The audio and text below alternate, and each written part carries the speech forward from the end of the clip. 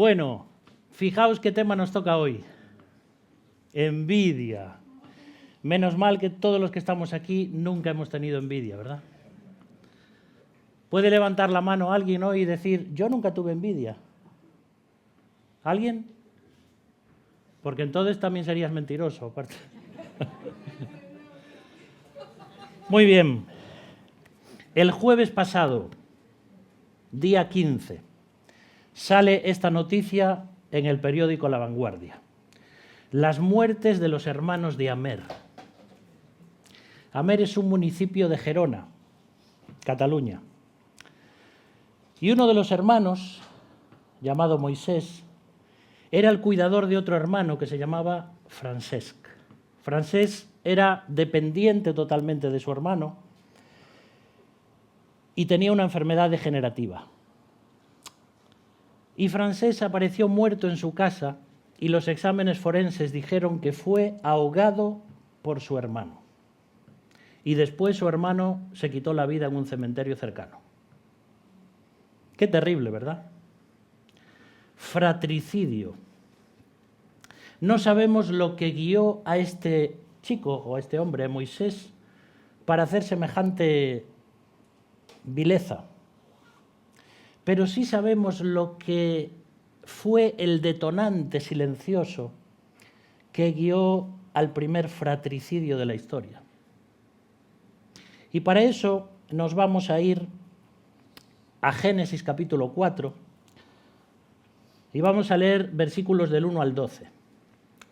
Ya sabéis que aquí predicamos la Biblia y nos basamos siempre en lo que dice la Biblia para compartir, para aprender juntos.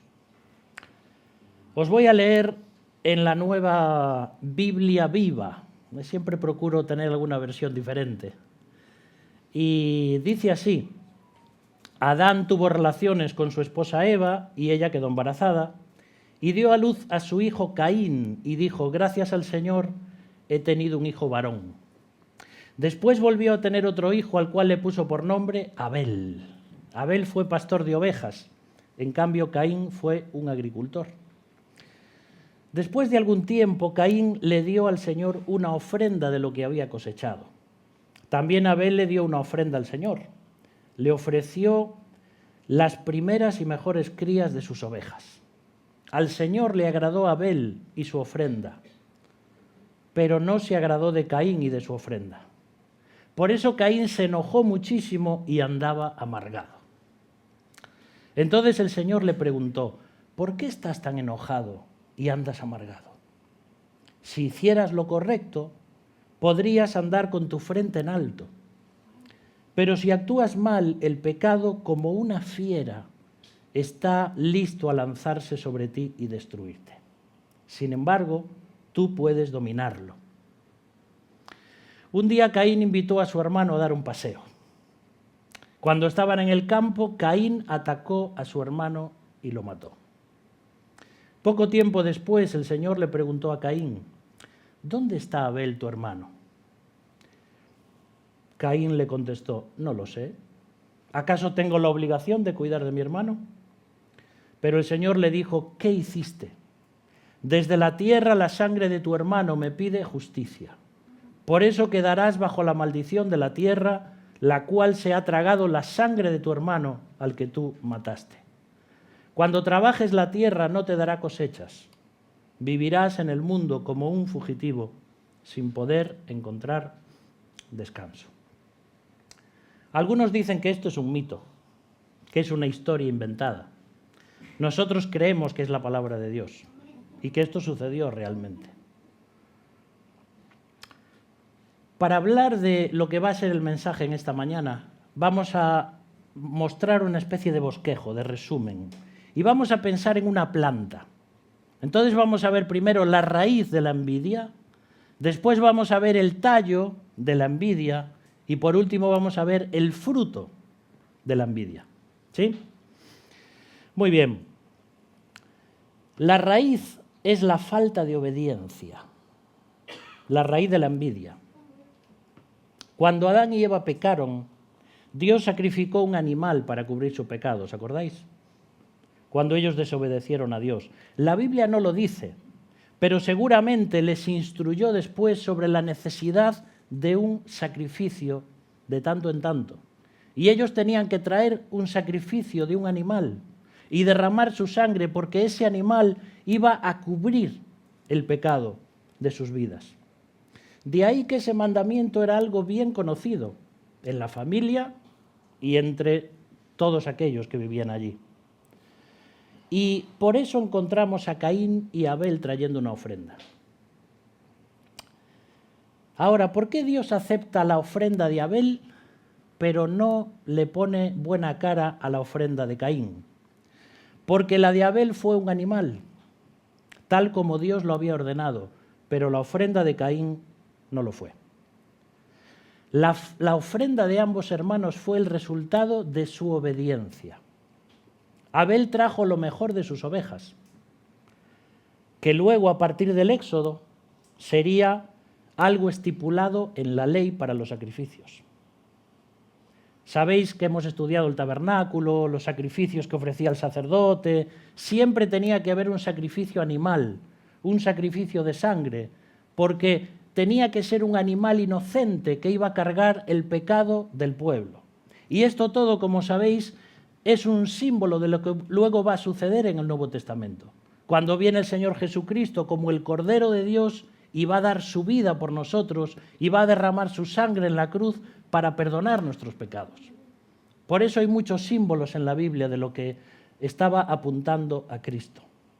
Así que Abel trajo lo mejor de sus ofrendas, pero Caín despreció lo que Dios había pedido. Cuando nuestros hijos eran pequeños, siempre le decíamos esta frase: la obediencia trae premio, pero la desobediencia trae castigo. Caín seguía un simple rito, pero Abel trajo adoración. Aquí ya podemos aprender cosas, ¿verdad? Cuando venimos delante del Señor, cuando venimos a la iglesia, cuando hacemos algo para Él, cuando hacemos un ministerio, ¿lo hacemos como un rito? ¿Lo hacemos como una simple costumbre? ¿O venimos realmente con un corazón agradecido por lo que Dios ha hecho por nosotros? Por ese amor tan grande que envió a su Hijo para morir en nuestro lugar. Esa fue la diferencia entre Abel y Caín. Y hoy la ofrenda que le damos al Señor no es un animal, gracias a Dios. Eso ya pasó, porque Cristo fue el último sacrificio que quitó el pecado para siempre del mundo. Y cuando nosotros creemos en Cristo y ponemos nuestra confianza en Él, se nos perdonan los pecados. Tenemos la promesa de la vida eterna.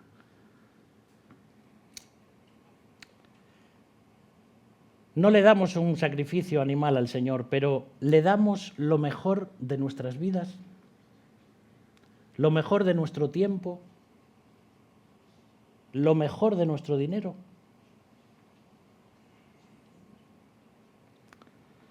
La envidia es un detonante silencioso y si no la frenas, terminará en una gran explosión.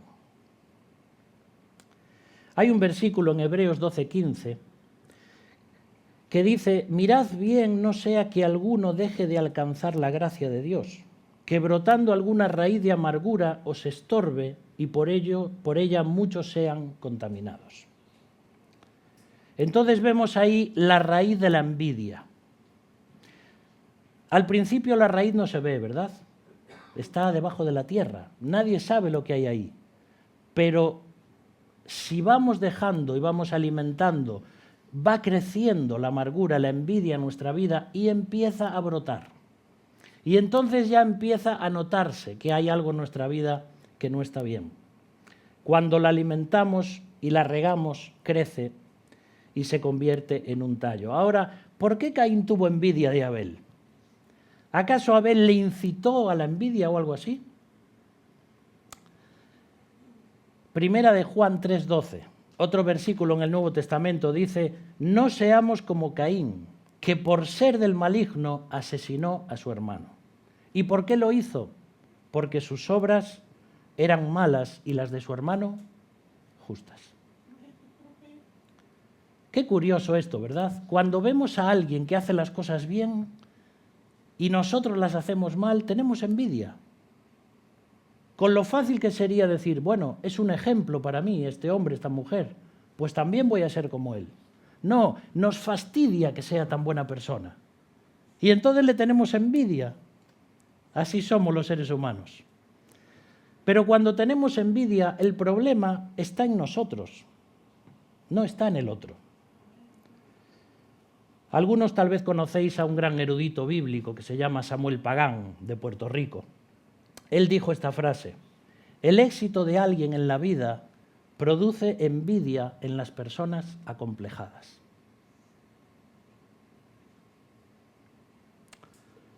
Y a veces cuando tenemos envidia de otras personas es porque tenemos una baja autoestima. No somos felices con lo que somos, con lo que tenemos, con lo que Dios nos ha dado. Y eso es un tema que hay que tratar en nuestra vida.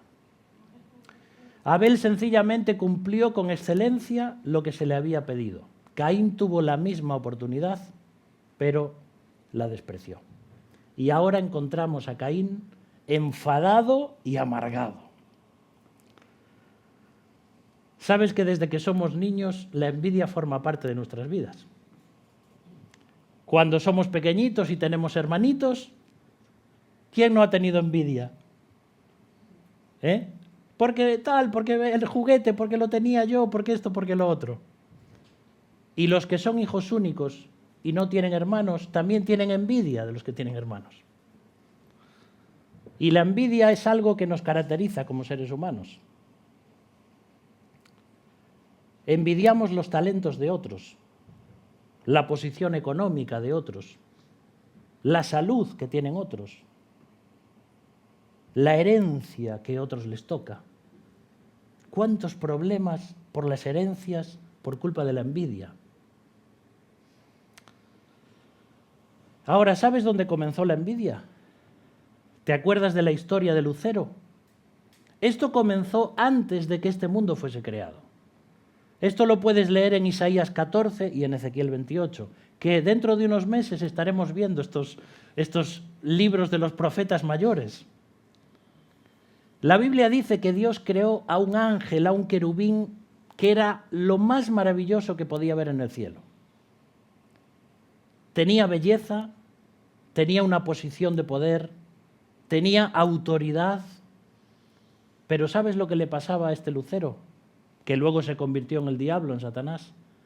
Que veía a Dios y decía, sí, yo tengo muchas cosas, pero yo quiero ser como Dios. Y entonces en el cielo se produce una rebelión angelical contra Dios. Esto está todo en la Biblia. Y aquel ser que había sido hecho perfecto, comienza a brotar la envidia en su corazón. Y después viene a la tierra y tienta a nuestros primeros padres, y de nuevo la envidia. ¿Acaso vosotros no sabéis que Dios os ha dicho una media verdad? ¿No veis que si tomáis del fruto prohibido, entonces vais a ser como Dios, queriendo hacer que ellos también cometiesen el mismo pecado? Y lo hicieron. Y así está el mundo. Porque hemos decidido desobedecer a Dios y apartarnos de lo que Dios tenía para nosotros. Ahora, la envidia de Caín no pasa desapercibida para Dios. Dios le aconseja y le advierte acerca de la envidia. Hemos leído que es como un animal feroz que está agazapado ahí, está buscando el momento de abalanzarse sobre nosotros. Porque la envidia corroe por dentro al que la sufre. Todos sabemos esto, ¿verdad? Nadie está diciendo, yo nunca he sentido eso. ¿Qué pasa cuando tengo envidia? Y la envidia se puede frenar. No es algo que sentimos y decimos, no, es que me dejé llevar y entonces la tuve que matar. La envidia se puede frenar y ese es el consejo que Dios le da a Caín. Si dejamos crecer la envidia, la raíz se convierte en un tallo tan fuerte que cada vez es más difícil de arrancar. Cuando yo era más joven, Debía tener 15, 17 años. Delante de nuestra casa, allí en Cela, donde me crié y crecí, teníamos una finca, aún la tenemos, o aún la tienen.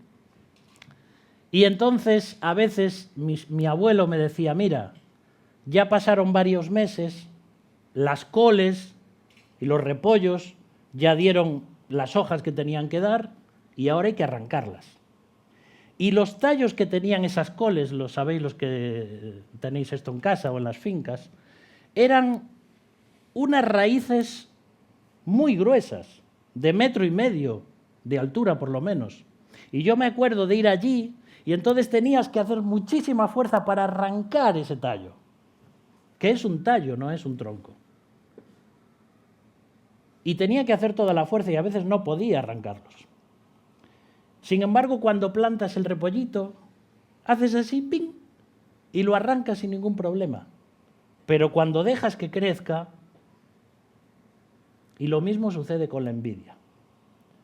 Y con cualquier pecado, cuando está creciendo, tenemos que arrancarlo. Porque es más fácil, como decimos siempre, arrancar una raíz que talar un árbol. Pero Caín no escuchó a Dios. Ahora tenía amargura contra Abel y también contra Dios. Porque la envidia es como un detonante que puede hacer explotar nuestra vida y las vidas de otros. Cuidado. Tenemos aquí un detonante. Tenemos un detonante aquí.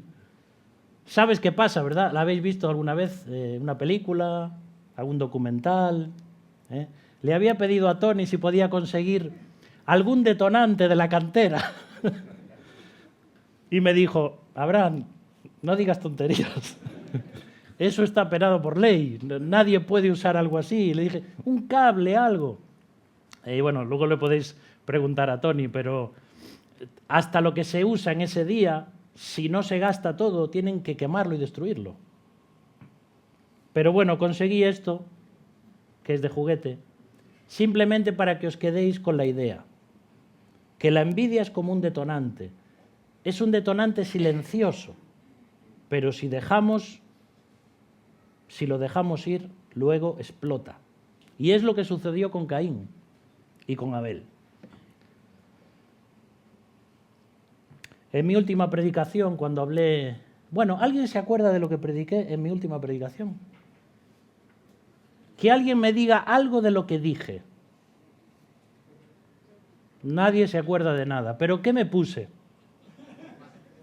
Los guantes de boxeo. Y mientras sonaba la banda sonora de Rocky, estaba aquí. ¿Y qué dije? En el cuadrilátero de la tumba, el puño de Cristo dejó cao a la muerte. Los mensajes no nos vamos a acordar de ellos, pero estas ilustraciones sí. Por eso siempre me rompo la cabeza pensando cómo puedo poner un ejemplo. Así que los que predicamos, los que estudiamos homilética, tenemos que aprender a poner ilustraciones en nuestros mensajes. De hecho, ese día, cuando fue lo de los guantes, por la tarde me manda un mensaje de WhatsApp un amigo y misionero de Argentina. Y me dice, che, gallego, como sigas así, poniendo todas tantas cosas que vas sacando debajo del púlpito, dentro de poco vas a necesitar un equipo de personas que trabajen para ti, me dice. Saludos, Jorge. Bueno, vimos la raíz de la envidia. Vimos cómo la raíz crece y se puede convertir en un tallo, pero ahora vamos a ver el fruto que produce la envidia. Así que Caín invita a su hermano a dar un paseo. Cuando un hermano de la iglesia te invite a dar un paseo, cuidado, ¿eh? Pero fíjate en el proceso de crecimiento de la envidia. Primero tenemos celos. Luego tenemos enojo. Luego comienza a brotar en nosotros la amargura. Luego comenzamos a planear cosas malas contra la persona. Porque Caín hizo un plan. Y luego viene, pues, una explosión. Un homicidio, un dejar de hablarse, un estar años durante la vida sin hablarle a un familiar. Cosas mucho peores. El asesinato de Abel no fue algo repentino, fue planeado. Premeditación y alevosía. ¿Os suena? Palabras jurídicas que nos hablan de que en un asesinato, cuando está premeditado, cuando se planeó, cuando se hizo algo y se mató a la persona a sabiendas, eso es penado. Y ahora era Caín quien se había convertido en una fiera. Dios le había advertido de lo peligroso de la envidia. Y ahora le da la oportunidad de arrepentirse. A veces vemos a Dios aquí como si fuese un justiciero, ¿no? Como, hiciste mal, cuidado, porque... Y no, Dios le está mostrando gracia a Caín. Primero le advierte, le dice, Caín, veo que estás enojado. Cuidado, cuidado porque eso te puede llevar a algo peligroso. Porque la envidia no solo me afecta a mí, afecta a mi familia y afecta a todos aquellos que me rodean. Así que Dios le da a Caín la oportunidad de arrepentirse. Pero no hay arrepentimiento en Caín. A veces hay remordimiento, pero no hay arrepentimiento. ¿Te acuerdas de esta noticia de Moisés y Francesc? Luego Moisés se quita la vida porque tenía remordimientos. Pero no hay un arrepentimiento de decir, Dios, perdóname lo que hice. Y cuando Dios viene a Caín y le dice, no es porque Dios no lo sabía, es para ver qué le decía Caín. ¿Dónde está Abel, tu hermano? Y yo qué sé. Y no se arrepiente. Podía haber llorado, podría haber caído de rodillas y decir, sí, la envidia me cegó, y Dios le habría perdonado. Pero Caín no lo hizo. Y hemos leído que Caín era del maligno, es decir, era una persona que no creía. Iba a la iglesia, me vais a permitir decir así, hacía una serie de ritos, era un religioso, pero no había conocido a Dios personalmente.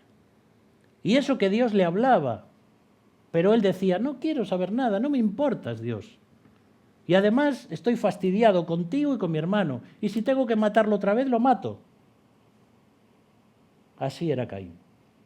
Una raíz que se alimentó, un tallo que no se arrancó, en un fruto amargo terminó.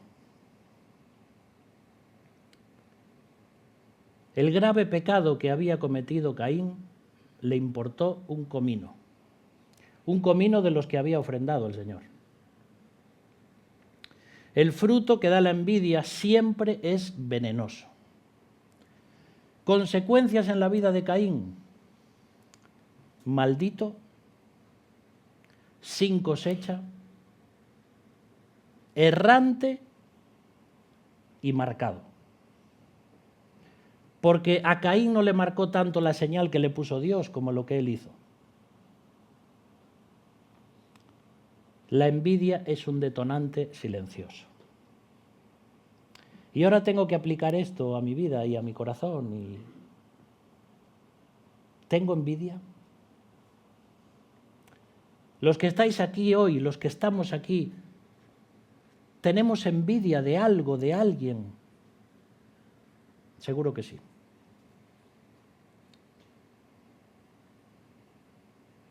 ¿Tengo envidia de algún familiar? ¿Tengo envidia de algún hermano en la iglesia? Porque yo he conocido personas que por envidia qué cosas han hecho en una iglesia. Envidia. Quiero ser como tú, pero no quiero pasar el proceso de santidad. Así que mejor lárgate. No te quiero ver delante. Uf, qué difícil. Porque si hay algo más terrible que un homicidio físico, es el odio, es el homicidio espiritual que podemos cometer unos contra otros en la iglesia. ¿De qué sirve la envidia?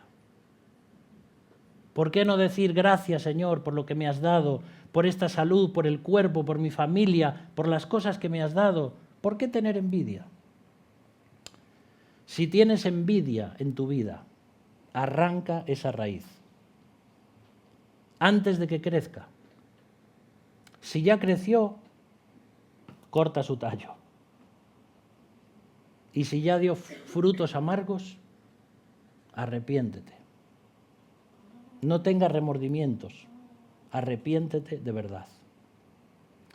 Mira, tu envidia y la mía llevaron a Jesús a morir en la cruz. Porque la envidia solamente es una uva más en el racimo de todos nuestros pecados. La desobediencia, la rebeldía, la codicia. ¿Por qué este mundo está como está? Porque hemos dicho, Dios, no quiero saber nada de ti, déjame vivir mi vida como quiero. Y Dios dijo, vale. Y después le echamos la culpa a Dios. Y los niños que mueren de hambre, ¿por qué las guerras?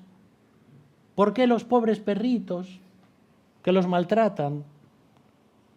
Porque hemos decidido vivir lejos de Dios. Y ese Cordero inocente que moría en la cruz cargó tu pecado y el mío. La Biblia dice, porque de tal manera amó Dios al mundo que ha dado a su único Hijo, para que todo aquel que en él cree no se pierda, mas tenga vida eterna. ¿Sabes por qué creemos en la cruz de Cristo, en la obra que hizo Cristo? Porque la Biblia nos dice que después de ser sepultado al tercer día, ¿qué sucede? Resucitó. Y uno dice, ¿cómo va a resucitar Jesús? Tenemos pruebas y evidencias irrefutables de la resurrección de Cristo. Porque los 4 evangelios que tenemos, y Hechos y las demás cartas del Nuevo Testamento, son personas que fueron testigos oculares, que vieron a Jesús morir, que vieron de su costado salir sangre y agua, lo que médicamente es una muerte real. Y lo vieron ser sepultado, y lo vieron ser cubierto con aquellas telas y con aquellas especias aromáticas, y dijeron, se acabó la ilusión que teníamos por un nuevo reino. Pero al tercer día Jesús resucita. Y dice, y nosotros le hemos visto y le hemos palpado y hemos visto las marcas en sus manos y en sus pies. Jesús resucitó. Y si estudias el tema, te das cuenta, y cuanto más lo investigues, que es verdad.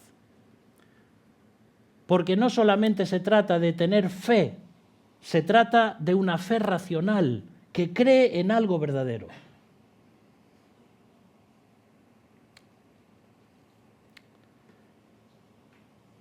Si quieres leer sobre esto, lee el libro El caso de Cristo, de Lee Strobel. Un periodista ateo que tenía una mujer que comenzó a ir a la iglesia, se convirtió al Señor, al cristianismo, y él dijo, mi mujer desde que fue a la iglesia y desde que se convirtió es otra. Y comenzó a percibir un amor en su esposa que no tenía antes. Y dijo, tengo que ir a la iglesia. Pero era reacio, era agnóstico, era ateo, decía, ¿cómo voy yo a creer en esas tonterías? Y entonces comenzó a hacer un estudio, una investigación como periodista de si lo que dicen los evangelios era cierto, pero con la idea de refutar todas las mentiras que aparecen ahí, que él creía que eran mentiras. Y entonces se dio cuenta que todos Todo lo que dice la Biblia son evidencias que no se pueden negar. Y entonces él también se convierte al Señor y escribe muchos libros para decir: yo era ateo, lo he investigado y esta es la verdad. No creemos en cuentos de viejas, creemos en la palabra de Dios y que lo que dice es cierto. Además, muchos de los que estamos aquí hemos sido transformados por el poder de Dios. Tenemos un pasado, pero también tenemos una nueva vida. Porque la Biblia dice: de modo que si alguno está en Cristo, nueva criatura es. Las cosas viejas pasaron, he aquí todas son hechas nuevas. ¿Quieres una vida diferente? ¿Quieres una vida plena, una vida libre? Cree en Cristo como tu Salvador. No en un rito, no en una religión, sino en una persona que fue quien murió por ti en la cruz. Oro al Señor para que este mensaje pueda ayudarte, igual que lo hace conmigo, a dejar a un lado la envidia y a recordar que, como otros pecados, llevó a Jesús a morir por nosotros. Vamos a orar. Padre, en esta mañana te damos gracias por tu palabra, porque no es un libro de religión, un libro muerto, es un libro vivo, a través del cual tú nos hablas. Gracias por la persona de Cristo. Gracias porque Él vino a este mundo para ocupar nuestro lugar en la cruz. Nosotros merecíamos morir por nuestro pecado, nuestra desobediencia, nuestra rebeldía, pero tu amor fue más grande. Y gracias porque Jesús vino, porque Jesús murió, pero resucitó al tercer día. Y ascendió al cielo y está sentado a tu diestra y volverá para buscarnos. Y lo creemos porque tú no mientes, porque tú dices la verdad. Ayúdanos, Señor, a aplicar este mensaje a nuestras vidas. Que no tengamos envidia en nuestras vidas, que seamos agradecidos. Que no seamos como Caín, que seamos como Abel. Y que cada vez que vengamos a estar en tu presencia traigamos lo mejor de nosotros. Te alabamos, Señor, en esta mañana, en el nombre de Jesús. Amén.